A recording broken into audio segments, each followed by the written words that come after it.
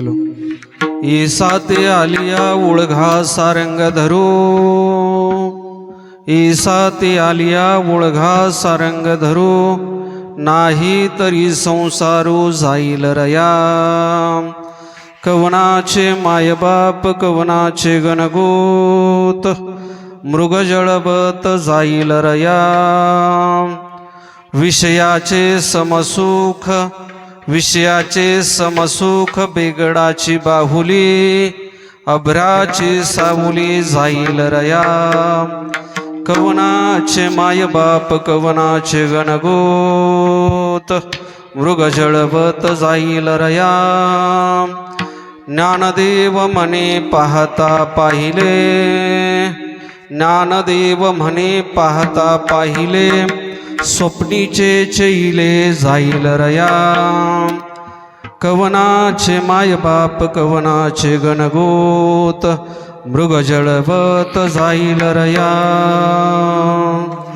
गजाननं भूतगणादिसेवितं, कपित्तजम्बुफलचारुभक्षणं, उमासुतं शोकविनाशकारकं, नमामि विघ्नेश्वरं पादपङ्कजं.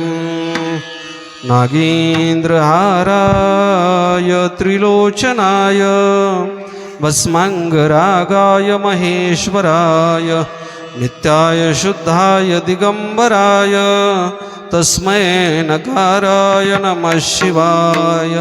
पंढरीच्या देवराया, पंढरीच्या देवराया, दंडवत तुझे पाया, दंडवत तुझे पाया, दंडवत तुझे पाया, दंडवत तुझे पाया, दंडवत तुझे पाया. पंढरीच्या देवराया, दंडवत तुझे पाया, दंडवत तुझे पाया, दंडवत तुझे पाया. दंडवत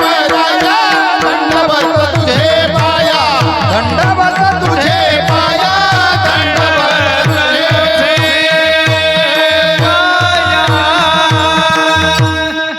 ओम नमो ज्ञानेश्वरा. करुणा करा दयाळा, तुमचा अनुग्रह लाधलो, पावन झालो चराचरी.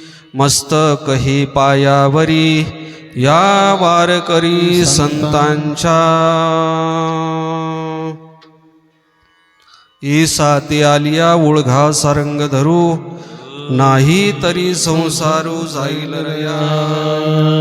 कवनाचे मायबाप कवनाचे गणगोत, मृग जळबत जाईल रया.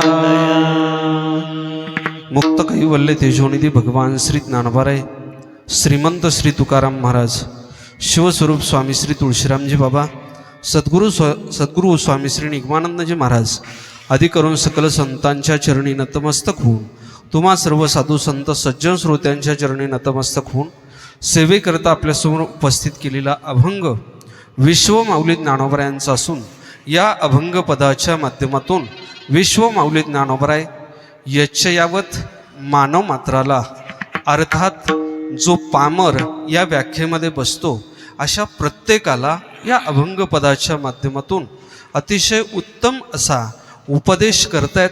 अभंगातील प्रतिपाद्य विषय तुमच्या अंतःकरणापर्यंत पोहोचवणं हे माझं आद्य कर्तव्य आहे.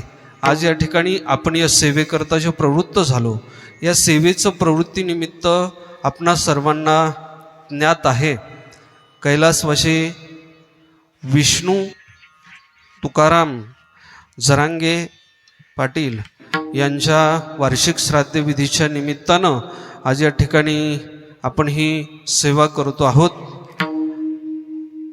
हे जे कुळ आहे ना, हे कुळ अतिशय पवित्र असं कुळ आहे, कारण या कुळामध्ये एक विरक्त महात्मा देह धारण करून आला. या विश्वामध्ये काही गोष्टी अकल्पनीय अनाकलनीय अशा स्वरूपाच्या आहेत. त्याच्यामध्ये वैराग्य प्राप्त होणं, अंतःकरणामध्ये वैराग्याचा संचार होणं, ही जी गोष्ट आहे ना, अकल्पनीय गोष्ट आहे. एवढ्या सहजासहजी अंतःकरणामध्ये वैराग्य उत्पत्ती होत नाही. परंतु वैराग्य विरक्ती माझ्या जगद्गुरू संत श्री तुकोबरायांना अपेक्षित असलेली, विश्वमाऊली ज्ञानोबरायांच्यापासून सगळ्या संत मंडळींना अपेक्षित असलेली जी वैराग्य नावाची वृत्ती आहे ना, ती वैराग्य नावाची वृत्ती या कुळामध्ये देह धारण करून आले. प्रत्यक्ष वैराग्याचं रूप म्हणजे सद्गुरू शिवस्वरूप स्वामी तुळशीरामजी बाबांच्याकडं पाहिल्याच्या नंतर आपल्याला वैराग्य दिसतं, विरक्ती दिसते. त्यांच्या अंतःकरणातलं जे या संपूर्ण संसाराच्या विषयीची भावभावना असेल किंवा या संसाराच्या विषयीचं जे मत असेल ना, ते मत अतिशय विचारपूर्वक आणि विरक्ती अंतःकरणात धारण झाल्याच्या नंतर तयार झालेलं आहे. सद्गुरू शिवस्वरूप तुळशीराम बाबांच्या या कुळामध्ये ज्यांचा आपण वार्षिक श्राद्धविधी करतो आहोत, त्या नानांचा सुद्धा जन्म झालेला आहे. आणि वारकरी हे जे जीवन आहे ना, हे जीवन त्यांनी आपल्या पद्धतीनं व्यतीत केलेलं आहे. भगवान पंढरीश पांडुरंग परमात्म्याची मासिक वारी, प्रत्येक महिन्याला पंढरपूरला जाणं, पांडुरंगाची आराधना करणं, काकडा हरिपाठ आदी त्याची साधना करणं, या साधनेमध्ये नानांचं जीवन गेलेलं आहे. आणि नानांच्या वार्षिक श्राद्धविधीच्या निमित्तानं आज या ठिकाणी आपण ही सेवा करतो आहोत. जीवाला देह मिळाल्याच्या नंतर या देहाचा त्याग करणं हे क्रमप्राप्त असतं, बंधनकारक असतं. जरी जीवाच्या अंतःकरणामध्ये देहत्यागाची इच्छा नसली तरी त्याला देह हा ठेवावाच लागतो. जो जीव ज्या धर्मामध्ये देह धारण करून येतो, त्या धर्माच्या अनुषंगानं त्या जीवावरती केले जाणारे संस्कार हे वेगवेगळ्या पद्धतीचे आहेत. हिंदू धर्मामध्ये जन्माला आलेल्या व्यक्तीच्या दृष्टिकोनातून हिंदू धर्मशास्त्रानं सांगितलेले 16 संस्कार, या 16 संस्कारापैकी सर्वात शेवटचा, सर्वात अखेरचा संस्कार म्हणजे मृत्यू पश्चात पार्थिव शरीरावरती केला जाणारा अंत्येष्टी नावाचा संस्कार. या अंत्येष्टी संस्काराच्या पश्चात सुद्धा पितरांची कृपा आपल्यावरती व्हावी म्हणून काही श्राद्धकर्म धर्मशास्त्रामध्ये सांगितलेले आपल्याला पाहायला सापडतात. त्याच्यामध्ये काही नित्य श्राद्ध आहेत, काही नैमित्तिक श्राद्ध आहेत, काही काम्य श्राद्ध आहेत, काही अयन श्राद्ध आहेत, गोष्टी श्राद्ध आहेत, नांदी श्राद्ध आहेत, चटश्राद्ध आहेत, भरणी श्राद्ध आहेत वगैरे अनेक प्रकारच्या श्राद्धांचा उपदेश धर्मशास्त्रामध्ये केलेला आहे. मृत्यू पश्चात व्यक्तीच्या अंत्येष्टी संस्काराच्या पश्चात प्रत्येक दिवशी एका पिंडाचं दान सांगितलं. दशक्रिया विधीच्या दिवशी त्रिपिंडी श्राद्ध सांगितलं. कोणाचा 11वा सांगितला, कोणाचा 12वा सांगितला, कोणाला त्रयोदश श्राद्ध सांगितलं, चतुर्दश श्राद्ध सांगितलं. मृत्यू पश्चात 18व्या दिवशी पाक्षिक श्राद्ध सांगितलं. 3 महिने पूर्ण झाल्याच्या नंतर त्रैमासिक श्राद्ध सांगितलं. 6 महिने पूर्ण झाल्याच्या नंतर अयन श्राद्ध सांगितलं. वर्ष पूर्ण व्हायच्या आदल्या तिथीला उनाब्दिक श्राद्ध सांगितलं. आणि ज्या तिथीला वर्ष पूर्ण होतं ना, त्या तिथीला वार्षिक श्राद्ध धर्मशास्त्रामध्ये सांगितलेलं आपल्याला पाहायला सापडतं. अशा या वार्षिक श्राद्ध विधीच्या निमित्तानं आज या ठिकाणी आपण या सेवेकरता प्रवृत्त झालेलो आहोत. अभंग विश्वमाऊली ज्ञानोबरायांचा आहे आणि विश्वमाऊली ज्ञानोबराय या अभंग पदाच्या माध्यमातून यच्चयावत मानव मात्राला, अर्थात जो विषयामध्ये रत आहे अशा विषयी व्यक्ती करता अतिशय उत्तम असा उपदेश या अभंग पदाच्या माध्यमातून करत आहेत. या संसाराची नश्वरता पटवून देत असताना आणि एक जो शारंगधर नावाचा परमात्मा आहे, त्या परमात्म्याच्या भेटीमध्ये असलेली सार्थकता पटवून देत असताना अतिशय उत्तम असं चिंतन विश्वमाऊली ज्ञानोबराय या अभंग पदाच्या माध्यमातून आपल्यासमोर ठेवतायत. ज्ञानोबराय अभंगाच्या माध्यमातून उपदेश करतायत. उपदेश या पदाचा विचार करत असताना उपदेश करण्याचा अधिकार विशिष्ट व्यक्तीला आहे. उपदेश श्रवण करण्याचा अधिकार सुद्धा विशिष्ट व्यक्तीला आहे. संत वाङ्मयामध्ये उपदेश नावाचं जे प्रकरण आहे ना, ते प्रकरण फार व्यापक अशा स्वरूपामध्ये आलेलं आपल्याला पाहायला सापडतं. जगद्गुरू संत श्री तुकोबरायांनी केलेला उपदेश वेगळा आहे. विश्वमाऊली ज्ञानोबारायांनी केलेला उपदेश वेगळा आहे, श्रीसंत नामदेव महाराजांनी केलेला उपदेश वेगळा आहे, श्रीसंत एकनाथ महाराजांनी केलेला उपदेश वेगळा आहे. ज्ञानोबारायांच्या उपदेशाची जी भाषा आहे त्या भाषेतली जे मार्दव आहे ना, ते मार्दव वेगळ्या पद्धतीचं वेगळ्या स्वरूपाचं असलेलं आपल्याला पाहायला सापडतं. जगद्गुरू संत श्री तुकोबाराय सुद्धा उपदेश करतात, पण तुकोबारायांची उपदेशाची जी भाषा आहे ना, ती भाषा थोडीशी कठीण आहे, कठोर आहे, अंतकरणाला लागेल अशा स्वरूपाची आहे. पण ज्ञानोबारायांची भाषा मात्र थोडीशी कोमल आहे. उपदेश करत असताना संत वाङ्मयानं प्रत्येक व्यक्तीकरता वेगवेगळा उपदेश केलेला आपल्याला पाहायला सापडतो. म्हणजे कधी कधी संत जीवाला उपदेश करतात, कधी कधी संत मनाला उपदेश करतात, कधी कधी संत मनासहित जनाला उपदेश करताना आपल्याला पाहायला सापडतात. कधी कधी संत हे पामराला उपदेश करतात, कधी संत विषयीला उपदेश करतात, कधी जिज्ञासूला उपदेश करतात, तर कधी ज्ञानी व्यक्तीला सुद्धा उपदेश संत वाङ्मयामध्ये केलेला आपल्याला पाहायला सापडतो. पामराला उपदेश करत असतानाची संतांची जी भाषा आहे ती भाषा वेगळ्या स्वरूपाची आहे. विषयीला उपदेश करत असतानाची संतांची भाषा वेगळ्या स्वरूपाची आहे. जिज्ञासूला उपदेश करत असताना संतांचं बोलणं वेगळ्या पद्धतीचं आहे. आणि ज्ञानी व्यक्तीला बोलत असताना संत वेगळ्या पद्धतीनं बोलतायत.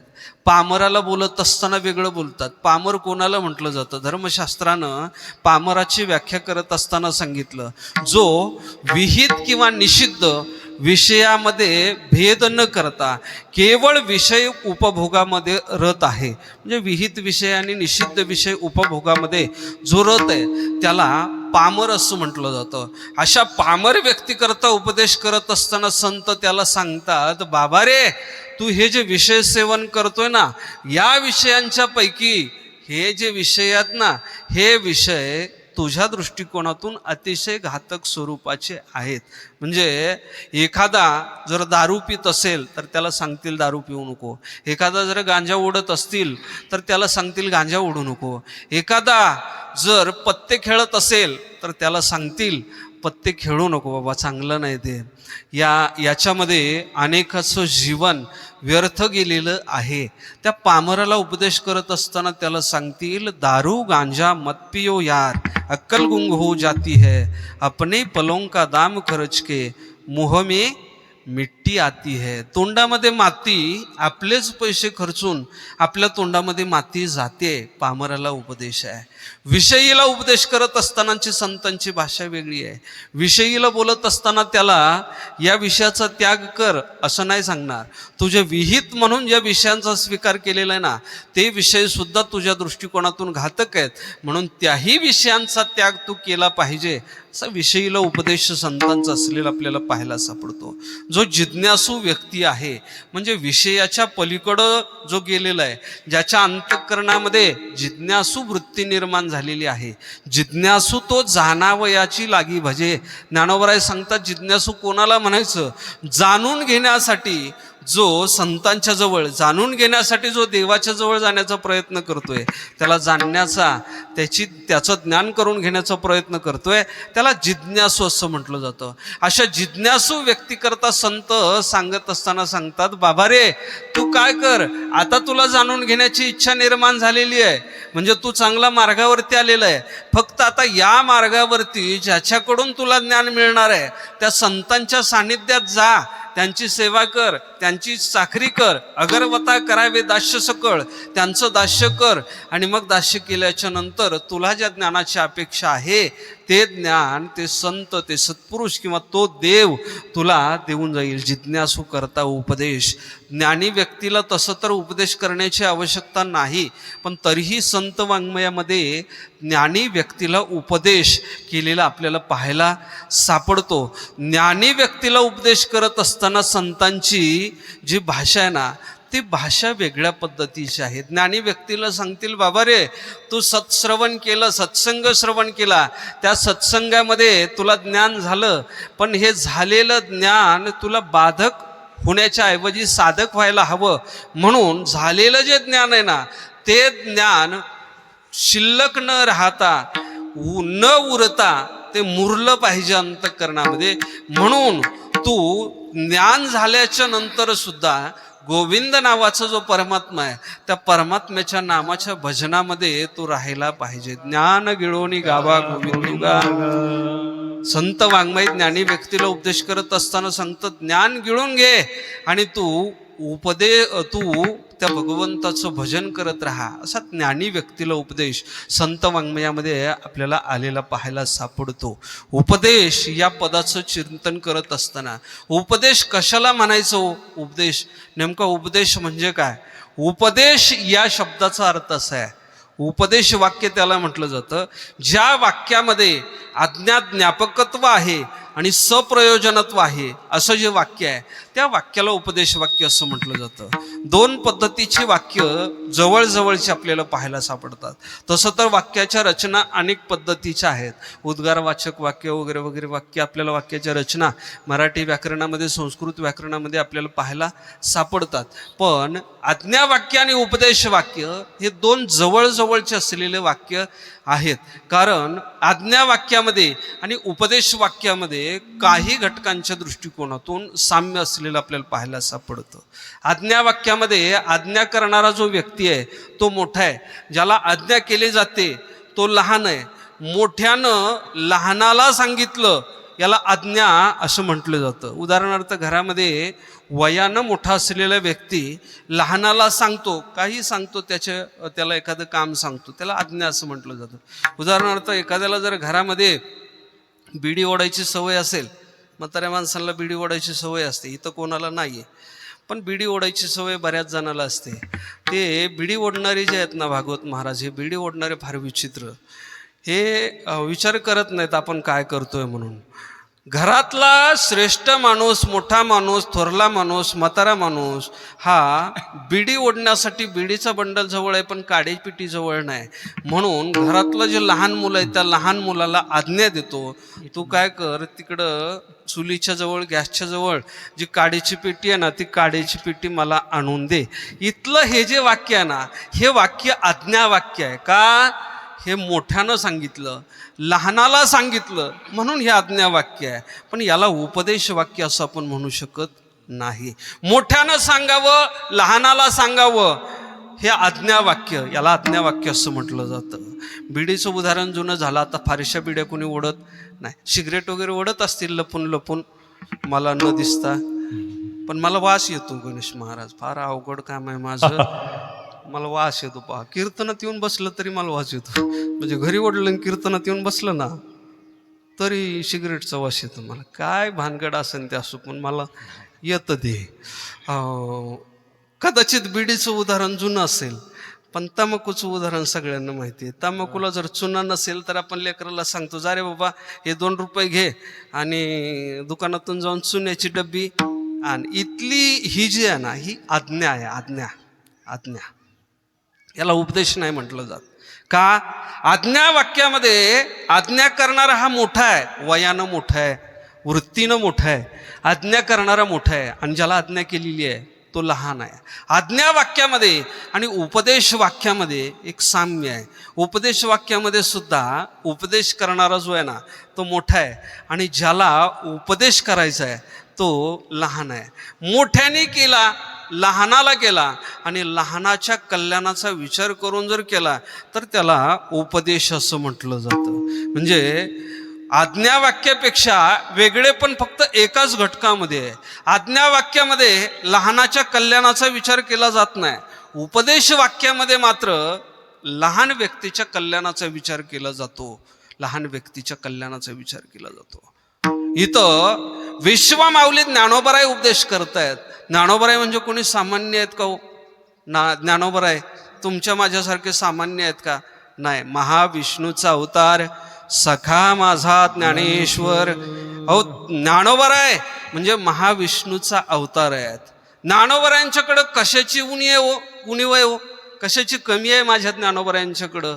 ज्ञानोबरायांच्या जीवनाचा विचार करा. ज्ञानोबराय योग्यांमध्ये श्रेष्ठ आहेत. योग्यांची माऊली आहेत, योग्यांची माऊली. तेने निगम वल्ले प्रगट केले, तेने निगम वल्ले प्रगट केले, निगम वल्ली प्रगट केले,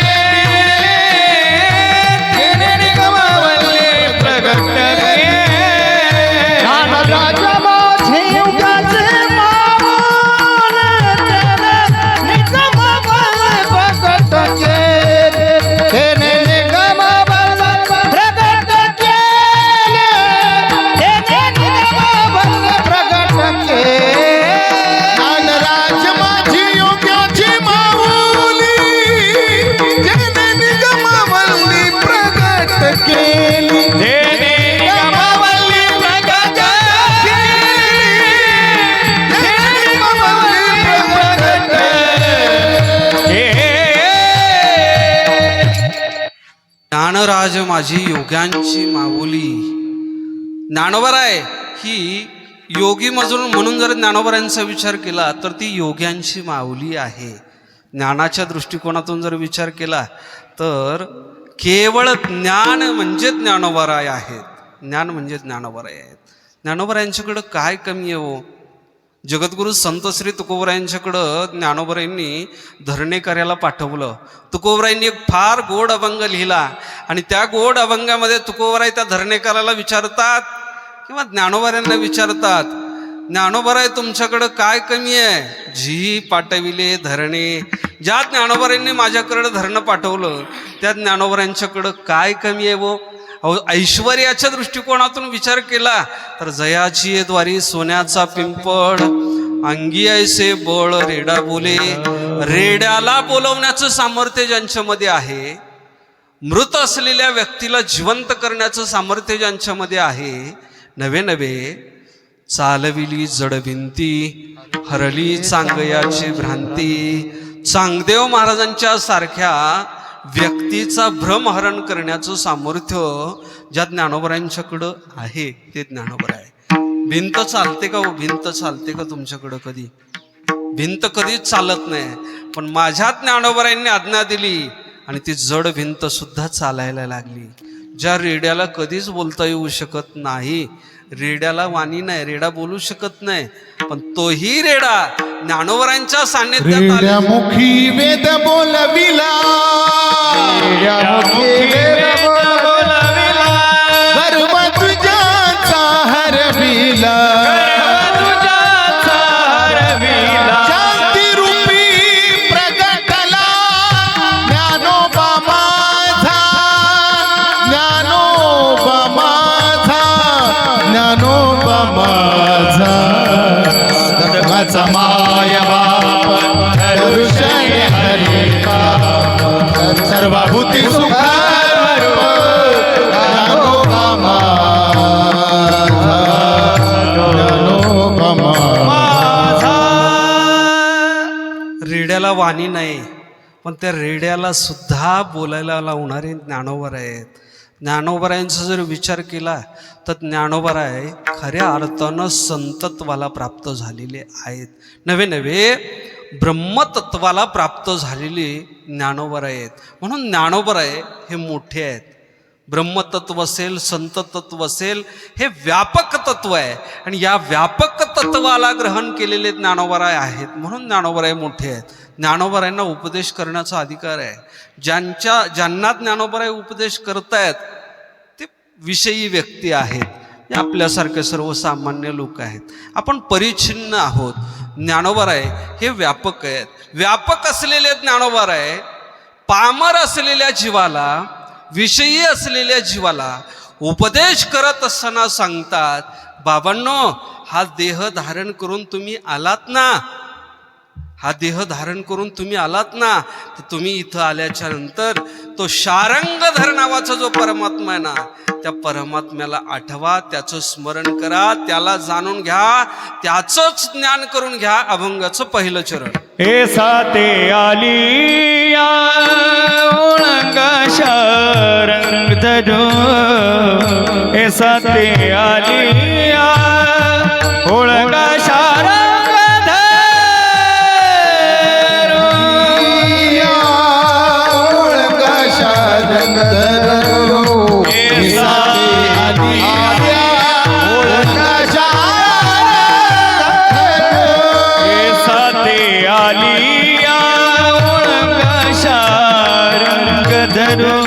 साते आलिया ओळगा शारंग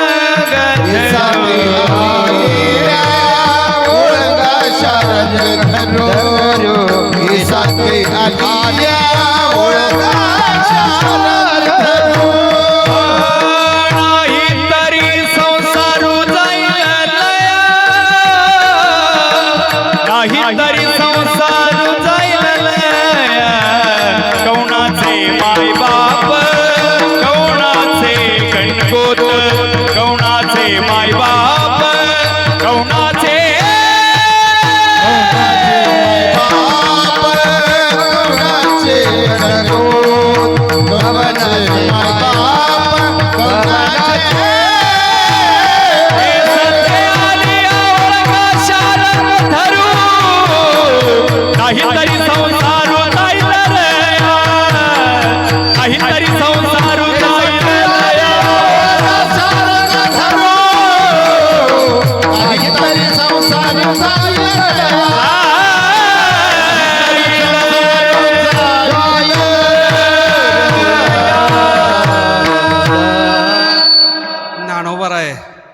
पामर व्यक्तीला उपदेश करत असताना सांगतात, बाबांनो, येसा ते आलिया उळघा शारंग धरू.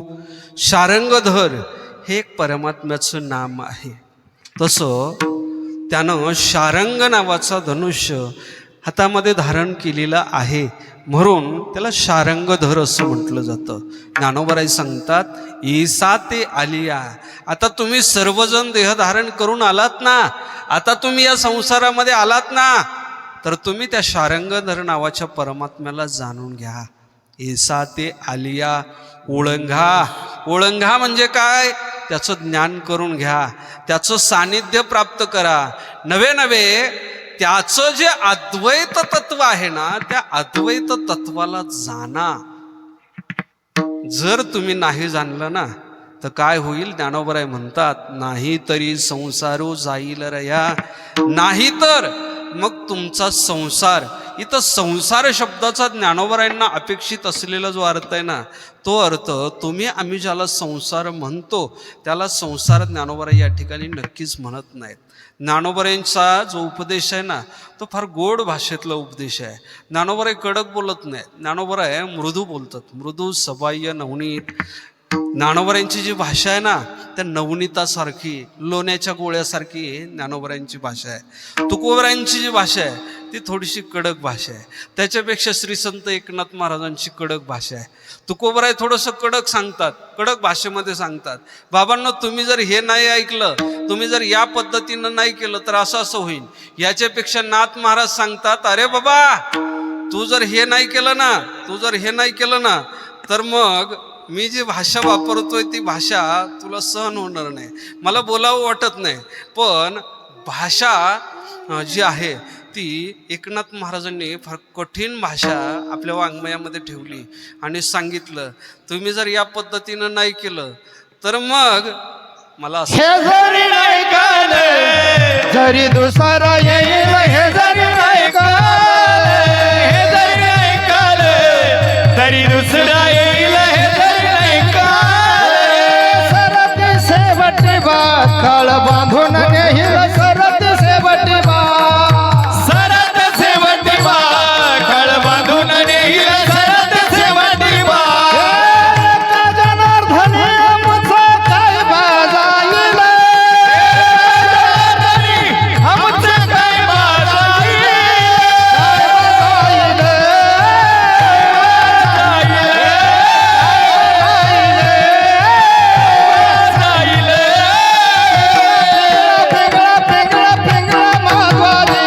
बोल बोल तो देखा पिंगळा मागवाने, पिंगळा मागवाने, बोल बोल तो देखा पिंगळा मागवाने.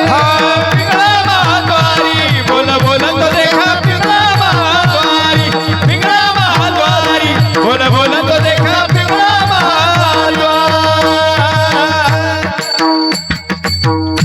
वाह, खूप सुंदर. जगद्गुरु संत श्री तुकोबरायांची जी भाषा आहे ती भाषा कठीण भाषा आहे. किती सांगू तरी नायकती बटकीचे. पुढे पुढे सिंदळीचे रणतील, पुढे सिंदळीचे रणतील. सिंगाडीचे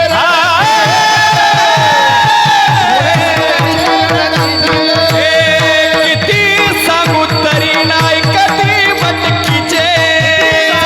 तरी नाही कधी म्हटले, पुढे सिंदळीचे रणतील, पुढे सिंदळीचे रणतील. सिंगाडीचे रणके,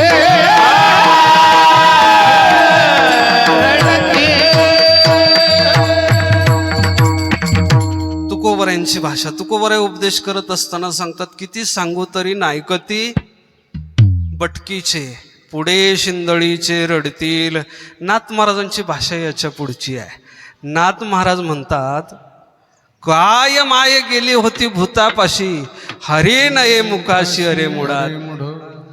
या दोघांच्या मानानं ज्ञानोबरायांची जी भाषा आहे ती ज्ञानोबरायांची भाषा गोड आहे. ज्ञानोबराय सोप्या भाषेमध्ये गोड शब्दामध्ये सांगतात, अरे बाबांनो, एसा ते आलिया ओळंगा शारंग धरू.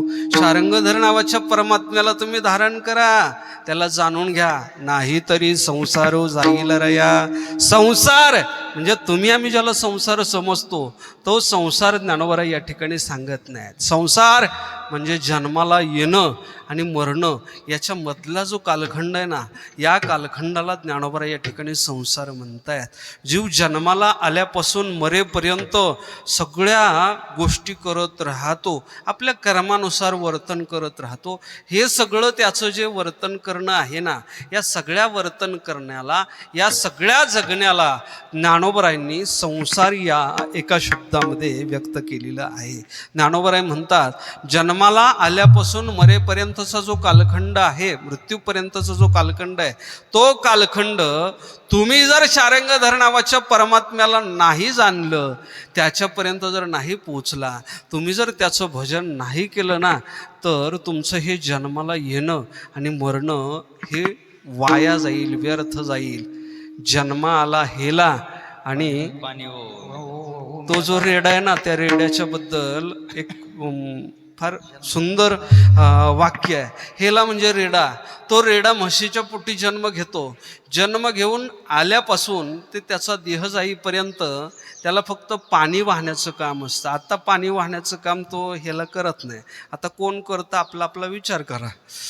तो हेला पूर्वीच्या काळी पाणी व्हायचं काम करायचा. त्याच्या पाठीवरती पकाल असायची आणि त्या पकालीमध्ये पाणी टाकलं जायचं.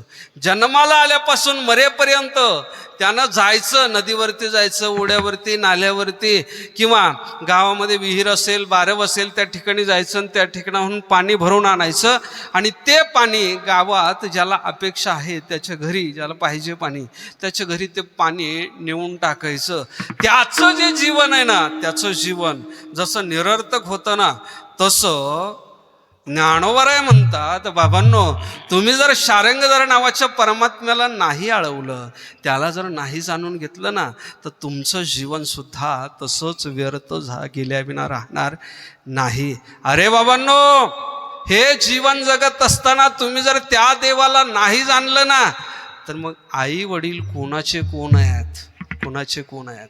अभंगाचं दुसरं चरण. कोणाचे माय बाप, कोणाचे गणगोत, कोणाचे माय बाप, कोणाचे गणगोत, कोणाचे माय बाप, कोणाचे गणगोत, कोणाचे माय बाप, कोणाचे गणगोत. मृग जळवत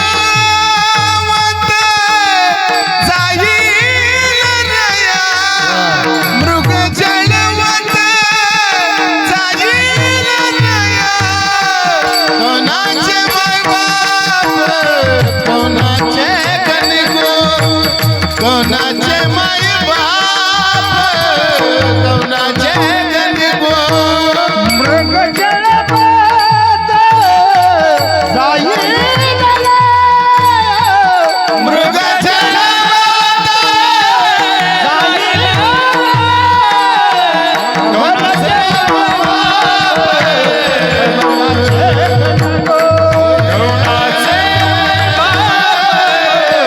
कोणाचे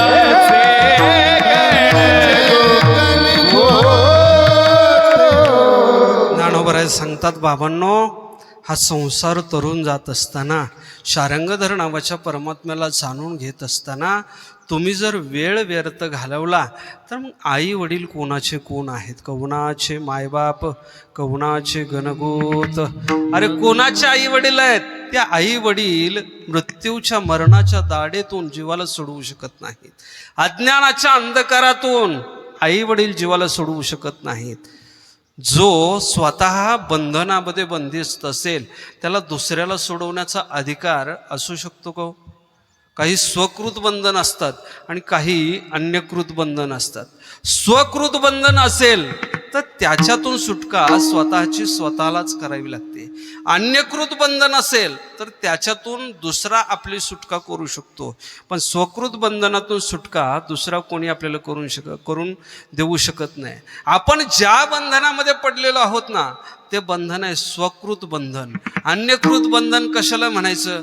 उदाहरणार्थ एखाद्यानं गुन्हा केला, गुन्हेगार आहे, आणि गुन्हा केल्याच्या नंतर त्याला जेलमध्ये टाकलं, जेलला त्या कुलूप वगैरे लावलं आणि जेलमध्ये टाकल्याच्या नंतर तो बंधनामध्ये पडला. हे बंधन कसं आहे? अन्यकृत बंधन आहे. स्वकृत बंधन कशाला म्हणायचं? माकडं पकडण्याची एक पद्धत आहे. माकडं जर पकडायचं असलं ना, माकड, कार्तिक महाराज, माकडं जर पकडायचं असलं ना, तर माकड पकडण्याची एक पद्धत आहे. एरवी माकड सहजासहजी हाताला लागत नाही. मरकट जे आहे ना, मरकट, माकड, वानर, तो सहजासहजी हाताला लागत नाही, सापडत नाही. त्याला जर आपण पकडायला गेलो तर ते आपल्यावरती हल्ला करेल वगैरे, ते आपल्याला सहजासहजी सापडणार नाही. आपली ताकद, आपली शक्ती त्याच्या पुढं चालणार नाही. म्हणून हे माकड पकडण्याची फार सुंदर पद्धत आहे. शास्त्रामध्ये हे माकड पकडण्याची जी पद्धत आहे, या पद्धतीचा फार सुंदर दृष्टांत आलेला आहे. माकड पकडणारे जे लोक आहेत ना, ते लोक माकड पकडण्यासाठी जाळीचा वापर करत नाहीत, माकड पकडण्यासाठी कोणत्या फाशाचा वापर करत नाहीत. माकड पकडण्यासाठी ते वाघ, सिंहाला भुलवण्याचं इंजेक्शन मारलं जातं, त्याचाही वापर माकड पकडण्यासाठी केला जात नाही. माकड पकडण्यासाठी हे लोक फार सोपी पद्धत वापरतात. अगदी छोट्या गळ्याचं जे गाडगं आहे, छोटं गाडगं, त्याचा गळा छोटा आहे, त्या छोट्या गळ्याच्या गाडग्यामध्ये थोडेसे फुटाणे घेतात आणि ते फुटाणे त्या गाडग्यामध्ये टाकतात. माकडाला दिसेल अशा ठिकाणी ते फुटाणे ठेवून द्यायचे. माकड धावत येतं, कशाच्या आशेनं? फुटाण्याच्या आशेनं धावत येतं. आणि धावत आल्याच्या नंतर त्या गाडग्यामधले फुटाणे खाण्यासाठी त्या गाडग्यामध्ये हात घालतं. आतमध्ये हात घातल्याच्या नंतर आतले जे फुटाणे आहेत ते सगळे फुटाणे मुठीत पकडतं. आतमध्ये हात घालत असताना हात मोकळा होता, आतमध्ये गेल्याच्या नंतर त्याच्यामध्ये फुटाणे बसले, आणि फुटाणे बसल्याच्या नंतर तो हात असा मोठा झाल्यामुळं तो हात त्या गाडग्यातून बाहेर निघत नाही. माकडाला बंधन प्राप्त होतं. माकडाचा हात त्या गाडग्यामध्ये गुंतला जातो. माकड त्याला आदळतं, त्याला फोडण्याचा प्रयत्न करतं, त्याला ओढून दुसऱ्या हातानं काढण्याचा प्रयत्न करतं. अन्य दुसऱ्या कोणी त्या माकडाच्या हातात अडकलेलं ते गाडगं काढण्याचा प्रयत्न करतं, पण दुसऱ्याने प्रयत्न केला तरी ते गाडगं निघत नाही. फोडण्याचा प्रयत्न केला तरी ते फुटत नाही. त्या माकडाला जर त्या गाडग्यातून हात बाजूला काढायचा असेल आणि स्वतःची सुटका करून घ्यायची असेल तर दुसऱ्या कोणाच्या प्रयत्नानं ते होणार आहे का हो? माकडाला हे जे बंधन प्राप्त झालेलं आहे ना, हे बंधन त्याच्या स्वतःच्यामुळं प्राप्त झालेलं आहे. त्यानं ते फुटाने सोडले का माकड मोकळंच्या मोकळंच आहे. बंधन जे आहे ना, बंधन स्वकृत बंधन असेल तर ते स्वतःहून सोडवावं लागेल, दुसऱ्या कोणी येऊन सोडवू शकणार नाही. आपल्याला हे जे संसाराचं बंधन प्राप्त झालेलं आहे ना, हे संसाराचं बंधन स्वकृत बंधन आहे. म्हणजे आपणच या बंधनामध्ये स्वतःहून अडकलेलो आहोत. एरवी जीव हा मुक्तच होता, पण त्यानं मी आणि माझ्याचा छंद घेतला, परिणाम तो बंधनामध्ये अडकला गेला. घेऊन या छंद माझे माझे, मुक्त होता परी बळे झाला बद्ध, घेऊन या छंद माझे माझे. बळानं तो बंधनामध्ये पडला. कशाच्यामुळं? हे माझे, ते माझे, ते माझे, घर माझं, घरातले सगळे लोक माझे, घरातली सगळी संपत्ती माझी, बँकेतली सुद्धा माझी. हे आपण स्वतःहून हे बंधन स्वीकारलेलं आहे. या बंधनातून आपल्याला दुसरा कोणी सोडवू शकतो का? अन्य कोणी आपल्याला सोडवू शकत नाही. जसं तुम्हाला संसारातल्या या वस्तूंचं बंधन आहे ते स्वकृत बंधन आहे.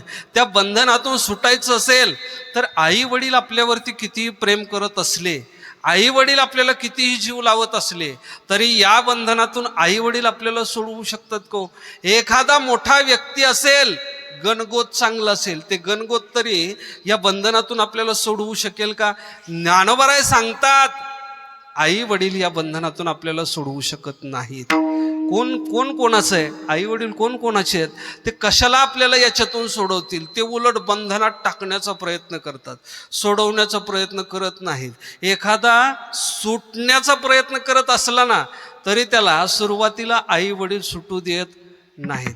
आदिगुरु शंकराचार्यांना संन्यास घ्यायचा, पण आईची परवानगी मिळत नाही. आई सांगते नाही शंकरा, तुला संन्यास घेता येणार नाही, जोपर्यंत मी आहे तोपर्यंत तुला संन्यास घेता येणार नाही. आदिगुरु शंकराचार्यांनी विशिष्ट अशा पद्धतीनं आईशी संवाद करून मग आईची परवानगी संन्यासासाठी घेतली.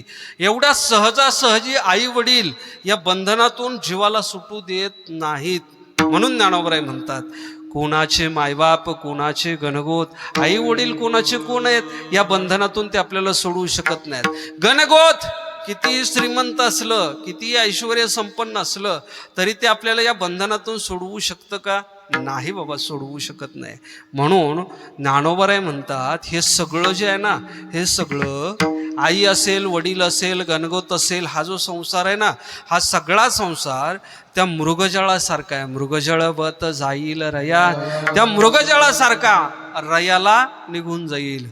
मृगजळ कशाला म्हटलं जातो? ज्ञानोबरायांनी शास्त्रातला, वेदांत शास्त्रातला दृष्टांत या ठिकाणी ठेवलेला आहे. ज्ञानोबराय म्हणतात, मृगजळासारखं हे सगळं रयाला, हे सगळं नष्ट होऊन जाईल, संपून जाईल, किंवा हे याचा विलय या ठिकाणी होईल. मृगजळ कशाला म्हणायचं? उन्हाळ्याचे दिवस आहेत, उन्हाळ्याच्या दिवसामध्ये रस्ता आहे, त्या रस्त्यानं हरणं धावत आहेत. हरणं समोर धावत असताना त्या हरणांच्या समोर आपण ही रस्त्यानं चालत असताना उन्हाळ्याच्या दिवसामध्ये आपल्याला समोर पाणी दिसतं रस्त्यावरती, म्हणजे भर डांबरीवरती सुद्धा आपल्याला पाणी दिसतं. गणेश महाराज, ते पाणी पिण्यासाठी हे जे हरिण आहे ना, ह्या हरणाला वाटतं समोर पाण्याचं थोडंसं जलाशय आहे आणि त्याच्यामधलं पाणी पिल्याच्या नंतर आपली तहान भागेल, म्हणून हे हरण धावत राहतं. कशाच्या पाठीमागं? त्या समोर दिसलेल्या पाण्याच्या पाठीमागं. खरं तर ते पाणी आहे का? नाही, पाण्याचा फक्त आभास आहे. हे हरण धावत राहतं, ते पाणी प्यायला भेटावं म्हणून धावत राहतं. ज्ञानोबराय म्हणतात, हे एवढं धावतं, याला पिण्यासाठी पाणी तर भेटत नाही, पण उर फुटून, त्याची छाती फुटून त्याला मरण येतं तोपर्यंत ते धावत राहतं. ही जी उकर भूमी आहे ना, या उकर भूमीला मृगजळ असं म्हटलं जातं. मृग म्हणजे हरिण. हे हरिण त्या पाण्याच्या आशेनं धावून त्याच्या प्राणाला मुक्त, पण त्याला ते भेटत नाही. ज्ञानोबराय म्हणतात, हा जो संसार आहे ना, हा संसार सुद्धा त्या मृगजळासारखाच आहे. कितीही दिवस आपण त्या मृगजळाच्या पाठीमागं, म्हणजे या संसाराच्या पाठीमागं धावत राहिलो ना, तर आपल्याला अपेक्षित असलेलं सुख, आपल्याला अपेक्षित असलेलं जे समाधान आहे, ते समाधान या संसारामध्ये कदापि मिळणार नाही. उलट मृगजळवत जाईल रया. मृगजळ जसं अगोदर नव्हतं, नंतर नसतं. मृगजळ कधी दिसतं? ज्यावेळेस ऊन पडतं, सूर्य उगवतो, कडक असं ऊन पडतं, आणि कडक ऊन पडल्याच्या नंतर आपल्याला मोकळ्या जमिनीवरती, रस्त्यावरती ते पाणी दिसायला चालू होतं. तोपर्यंत ते दिसत नाही. दिवस मावळल्याच्या नंतर पुन्हा मृगजळ दिसतं का? नाही दिसत. ज्ञानोबराय तेच सांगतायत, बाबांनो, हा संसार म्हणजे या संसारातले हे जे सगळे आहेत ना, हे सगळे अगोदर नव्हते आणि नंतर नसणार आहेत. म्हणजे याला आधी नाही, याला अंत नाही, मधल्या कालखंडामध्ये फक्त हे भासतंय. तसं ज्ञानोबराय सांगतात, मृगजळवत जाईल रया. अरे बाबा, विषयाचं जे सुख आहे ना, विषयामध्ये सुख वाटतं माणसाला, वाटत नाही का? ज्ञानोबराय म्हणतात, हे जे विषयातलं सुख आहे ना, हे विषयातलं सुख सुद्धा बेगडाच्या भावलीसारखं आहे. अभंगाचं विषयाचे समसुख बेगडाची बाहू, विषयाचे समसुख बेगडाची बाहू, विषयाचे समसुख बेगडाची बाहू, विषयाचे समसुख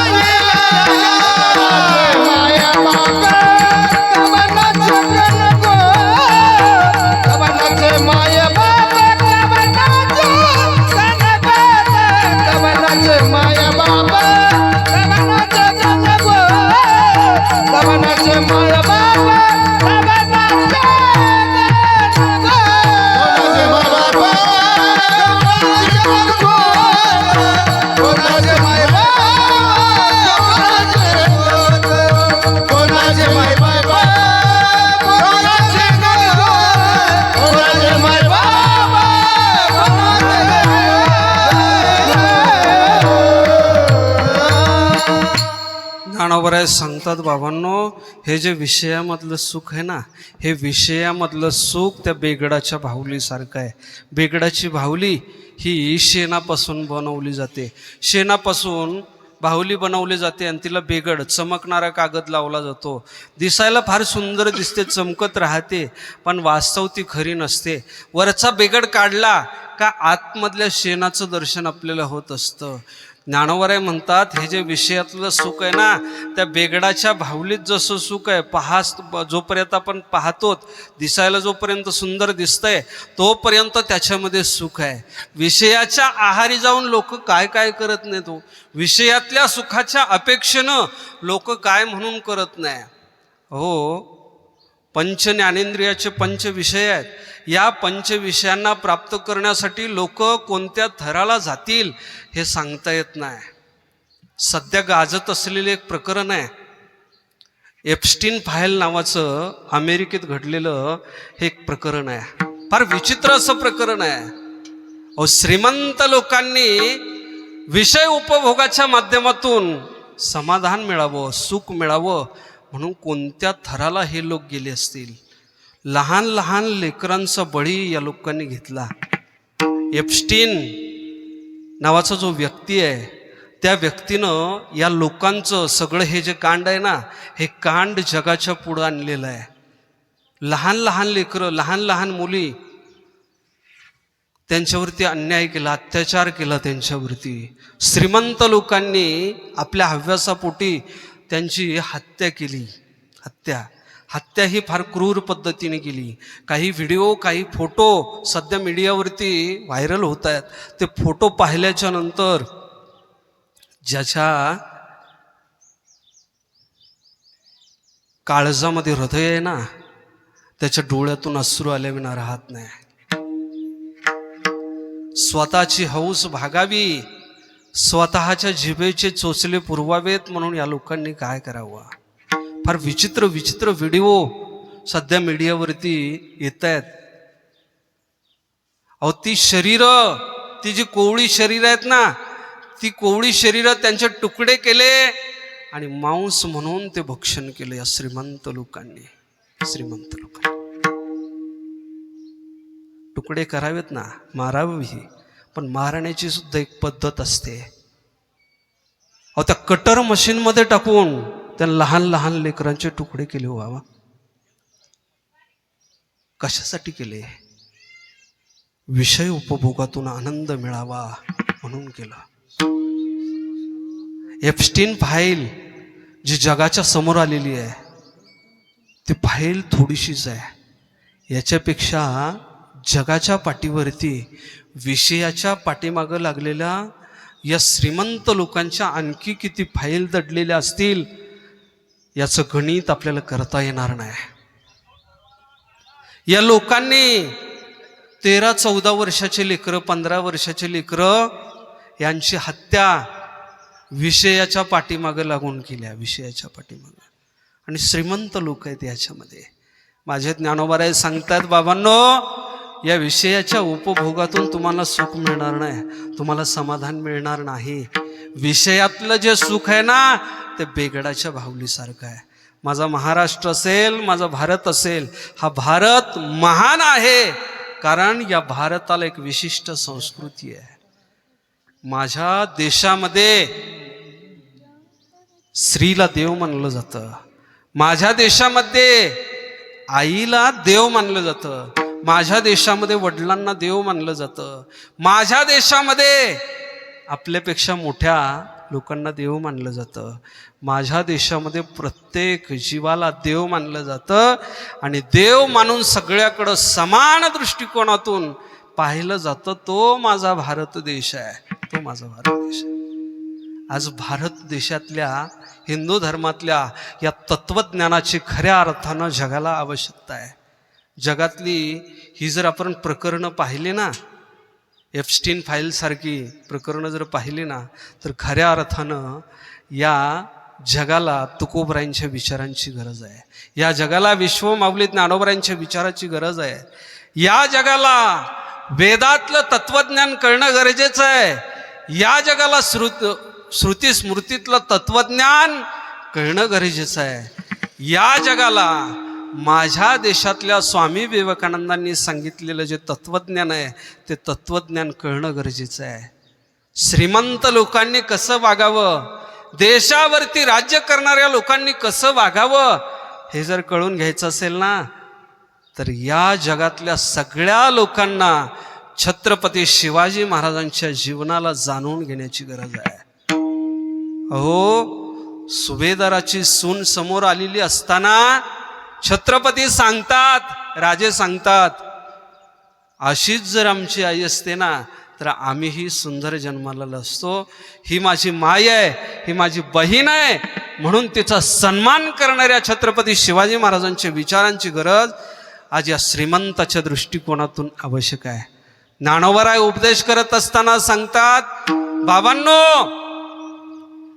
विषयातलं जे सुख आहे ना ते बेगडाच्या बाहुलीसारखं आहे। विषयाचे समसुख बेगडाची बाहुली। अरे बाबा, ढगाची सावली, आभाळाची सावली किती वेळ राहणार आहे? अभराची सावली जाईल रया।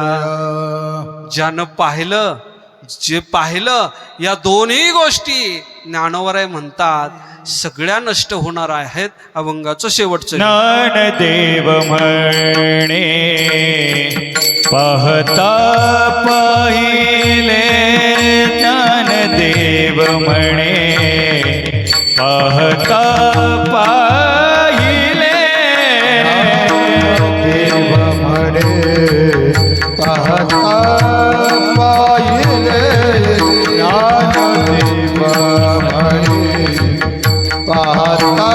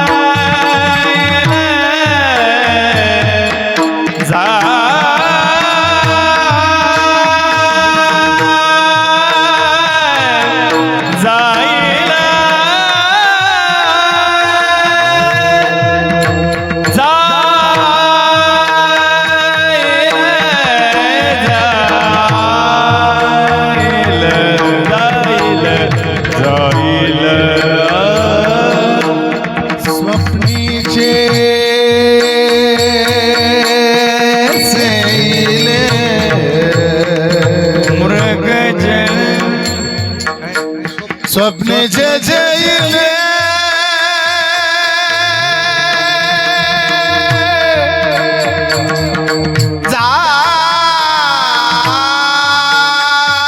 जाईले रया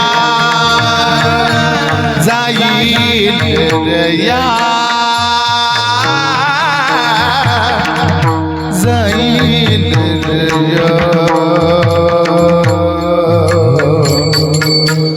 जाईल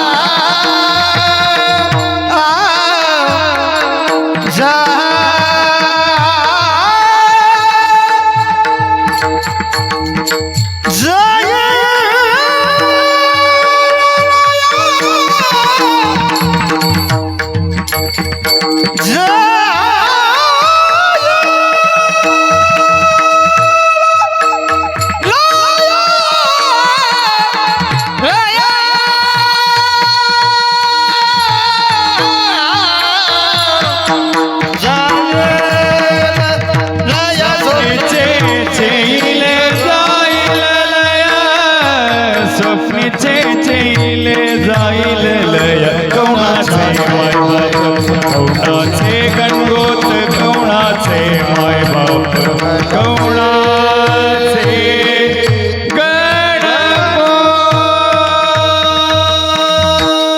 वा ज्ञानदेव म्हणे पाहता पाहिले स्वप्नीचे चैले जाईल रया कवनाचे मायबाप कवनाचे गणगोत मृग जळवत जाईल रया विढोपार खुमाई पार